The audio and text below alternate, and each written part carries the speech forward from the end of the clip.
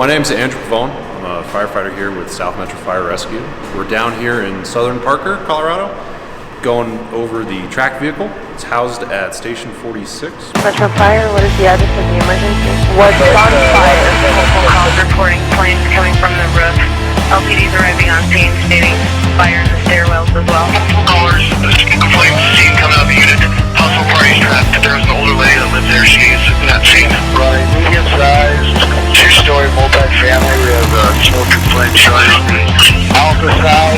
LBS zoom come in. We're manning the offensive strategy. We do have extension to the second floor. Headed to the third. Let's go ahead and start a second alarm. 234, Tower 35, Lattice well, along Engine 11, Engine 42, Engine 38, Engine 42, Medic 211, Medic 21, Battalion Chief 3, Battalion Chief 5, Safety 35, Netcom Op 3, confirmed multi-family structure fire.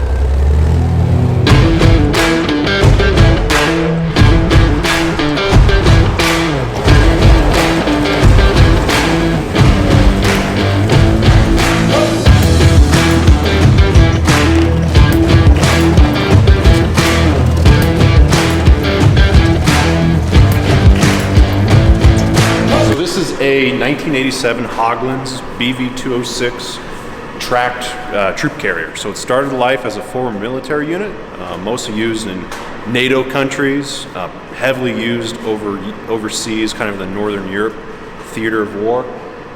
This was designed to go all to different types of terrain. So snow, over rocky terrain, over muddy terrain, dirt, as well as different types of amphibious situations, light water crossings. They've been used from Norway all the way to the mountains of Afghanistan.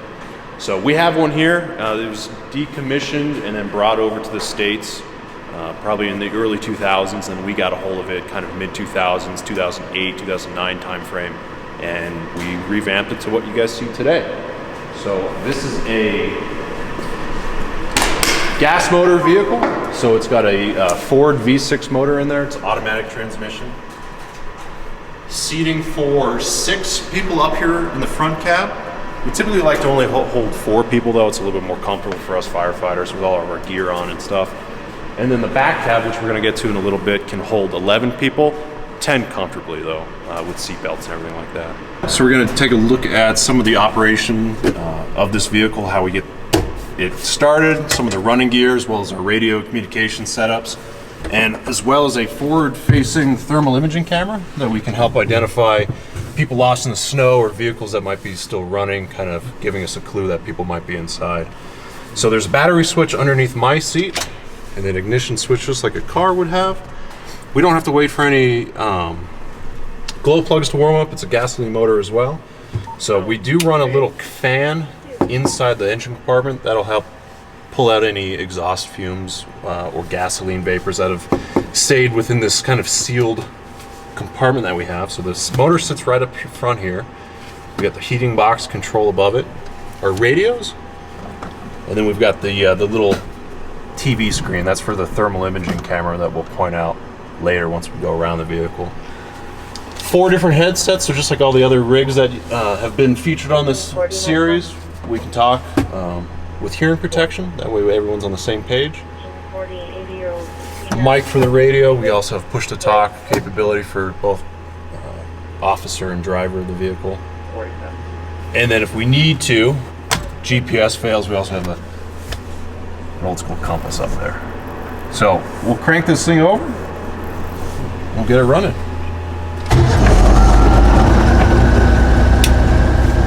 Emergency switches as well for our lights and our scene lights. That's that engine compartment fan, and if we do any kind of water forging, we can run the circ pump and our bilge pump. That'll help get any water out of the hull, if you will, out of here. That way we don't flood.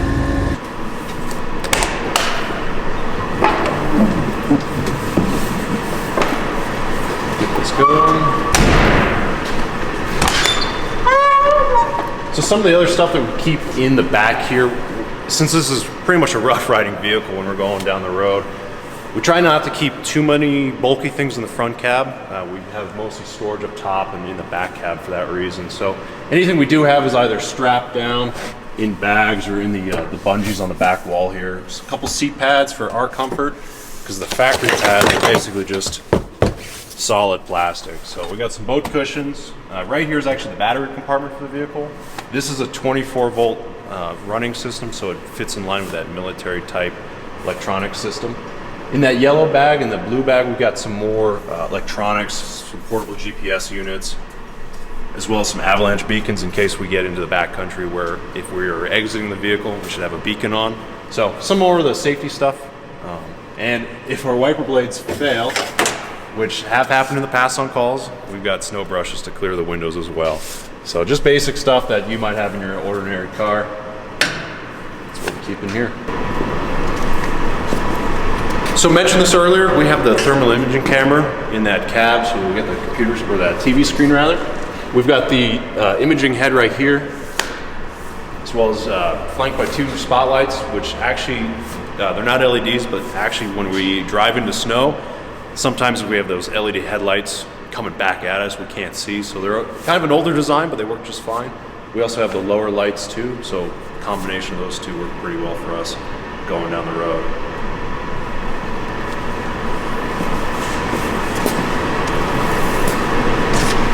Kind of in this officer seat as well, moving on. Pretty bare bones. Again, we don't have a whole lot of equipment on this vehicle. A lot of stuff gets transferred over from our frontline engine. So it kind of keeps us down, stripped down a little bit. That also keeps the weight of it down too.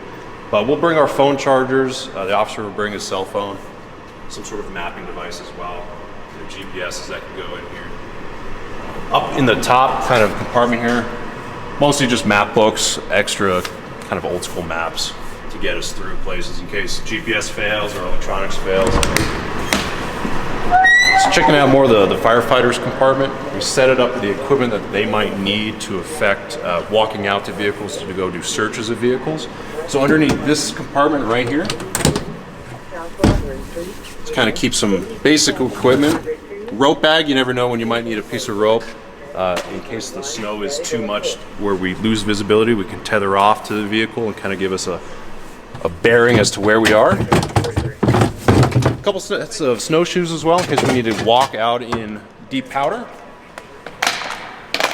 2 sets for the 2 firefighters that are more than likely going to be searching and assessing vehicles. A couple avalanche type shovels as well. Lightweight, portable, packable. And then we've got our snow probes. Avalanche probes as well. So box into place, and then as we're walking along, if we think we're going to be walking on cars or on top of cars and we want to assess where they are, we can probe in front of us, kind of give us a depth where the car might be located if it's that deep of snow, or if we're in the back country, we can assess if we're going to be driving into a river, crevasse, or some other hazard that we don't want to go into. Perfect. So we're between both the cabs here, or cars as they're called. On the back side of the front cab here, either side, we have about 40 gallons total, about 20 gallons on each side of fuel. This is gasoline here. Then we have a reserve tank as well. So that gives us another 10 gallons total of fuel. So 50 gallons of fuel, that'll get us right around like 135, 150 mile range, depending upon how much time we spend idling on scene. But that's a pretty good average during the bomb cyclone. To give you a point of reference, we operated this vehicle for 23 hours in total length. We had to fill up 3 times during that operation. So for what it is a little bit of a thirsty machine, but it works pretty well. We got some more equipment back here, just some shovels in case we need to dig out cars we're searching, or ourselves if we get stuck. So the way the vehicle steers, as you guys have kind of seen as we're walking around, it's got 4 different tracks on it. And if anyone's familiar with how like a skid steer works, how you take power off of one side, put it to the other, and it turns, this doesn't really work that way. So we have a differential in the back and a differential in the front. They're open differentials, so it allows the tracks to spin at different rates and speeds than one another. And all the steering in the vehicle comes from right here in the center. So we've got 2 hydraulic pistons, one here and one here. So if I wanted to turn my wheel left, the left side piston will retract inward and the right side piston will extend, pushing me through my turn. If I wanted to go right, the left one would extend and the right one would retract. We got a third piston here as well. It's kind of a dampener in between the two cabs. That way each cab, the top of the cabs don't crush each other. So that's kind of our cab crusher. There's a big drive line as well from that front engine compartment all the way through the cab, underneath the body, and then through this torque tube, this big structural member tying the two cars together. There's an actual drive shaft in there, and then that goes to the differential housing in this back car. So we're at the back cab now. We'll pop open these doors, show everybody what we have inside.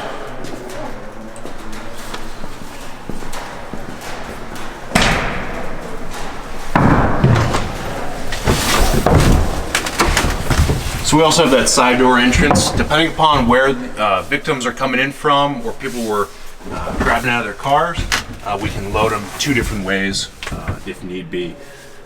Seating for 10, comfortably. We have 11 seat belts, but 10 kind of fit comfortably here with gear bags and stuff like that. Again, just like that front cab, we kind of keep this pretty stripped down in here. We don't want a whole lot of moving objects, stuff that could become projectiles if we were to stop shortly or take a hill kind of abruptly. So we kind of keep it pretty minimal here.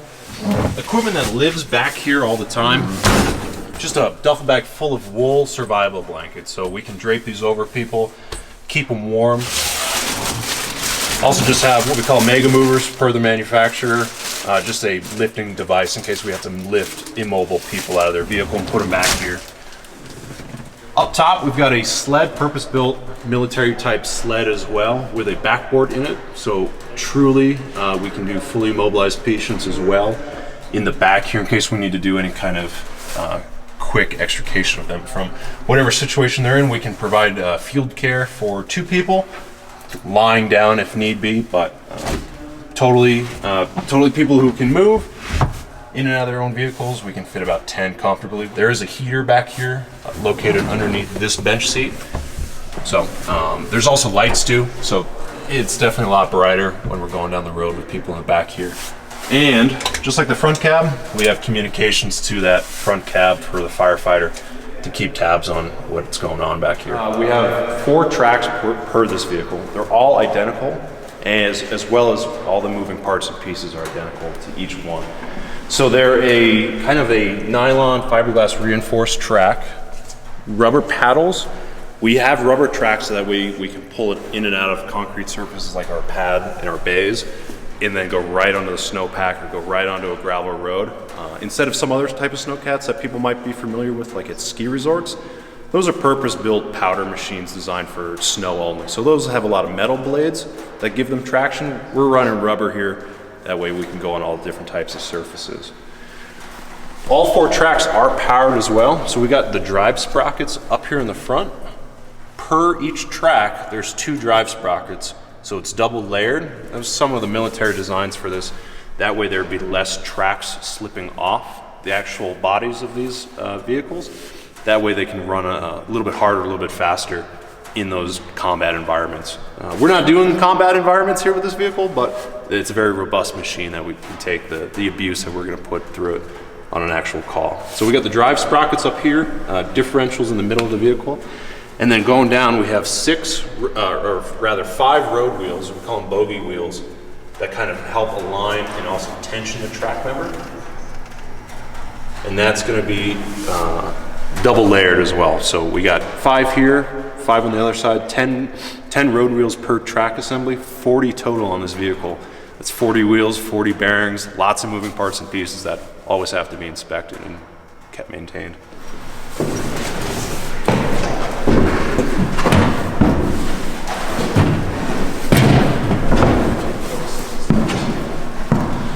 So we're at the top now. We're going to take a look at what's inside our coffin boxes up here. Perfect. So, top compartment, we try to keep light stuff up here. Any kind of heavy items up top affects our center of gravity. So, just some extra snowshoes in case we need to leave the vehicle as a crew of 4. in case we have it stuck or we have a mechanical failure, we can self-extricate out of the environment we're in. A couple more MREs in case we have to spend the night here as well.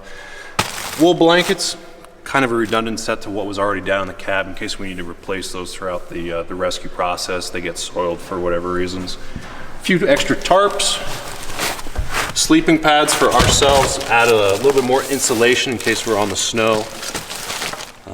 We can do all sorts of insulation needs with the equipment up here. Sleeping bag or two, and then prior to deployment, some of the stuff we'll throw up here is personal gear bags and a few cases of water as well, just to have. All right, so we're all buckled in, engine's running, we're ready to go.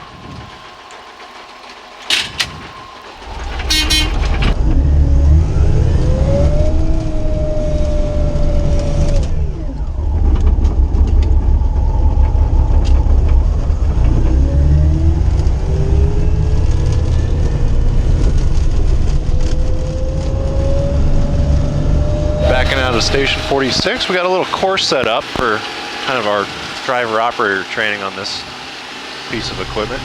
So as we're going along, this vehicle has about a top speed of 35 miles an hour in its highest gear range, but it's also got very, very low crawling gears. So depending upon the surface we're on, whether it's hard packs, more dry asphalt, or dry dirt roads, we can increase our speeds, but as we get to the deeper, softer snow, that's just due to the nature of the surface we're on, our speeds are going to be quite slower than that.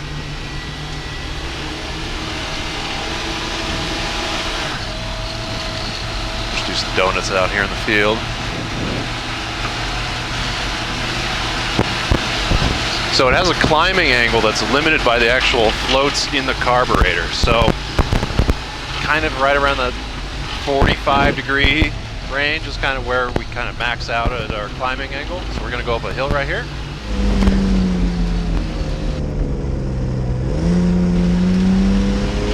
Not too bad. And then for going over the side hill, so if we need to approach a hill on its side, we'll come down to a slower gear range. We'll keep the power on. And our side hill angle, we try to stay right around 20 degrees maximum angle. Right now we're hovering right around 15. And I like to crab the vehicle back up into the hill a little bit every time. It kind of keeps me going straight. Gives me a little bit of fuzzy feeling instead of sliding down the side.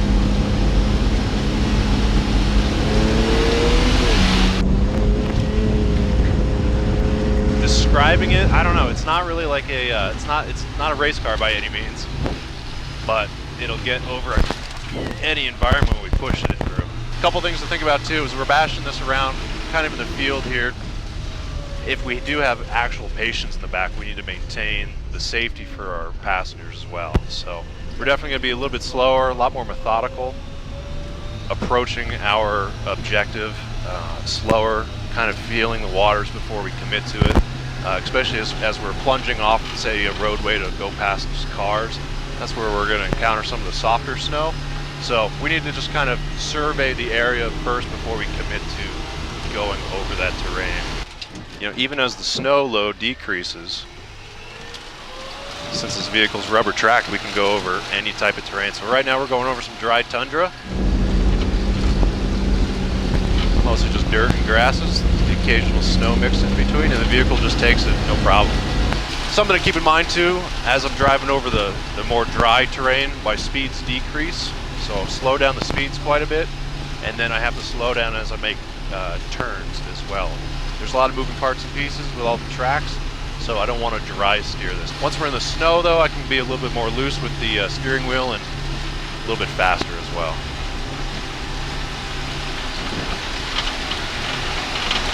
We'll run this ridge kind of at sideways.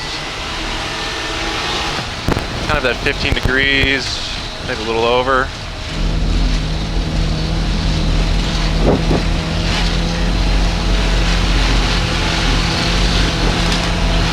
And we can turn right into it. And we're climbing up and over. So we got some water here, it's all frozen over, but again, we just slow down a little bit. let the vehicle move through it. We're up and over.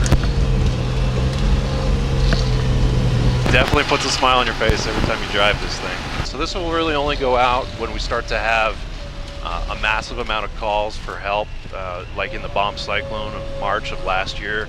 Just an insane amount of people in their vehicles that were stuck kind of up by the airport, the Denver International Airport. So we got called out there to help rescue them, more or less. Take them out of their cars, get them to a shelter, because their cars were completely immobilized. So whenever we have a blizzard roll through, you know, every 3 years or so, this goes out for those types of calls.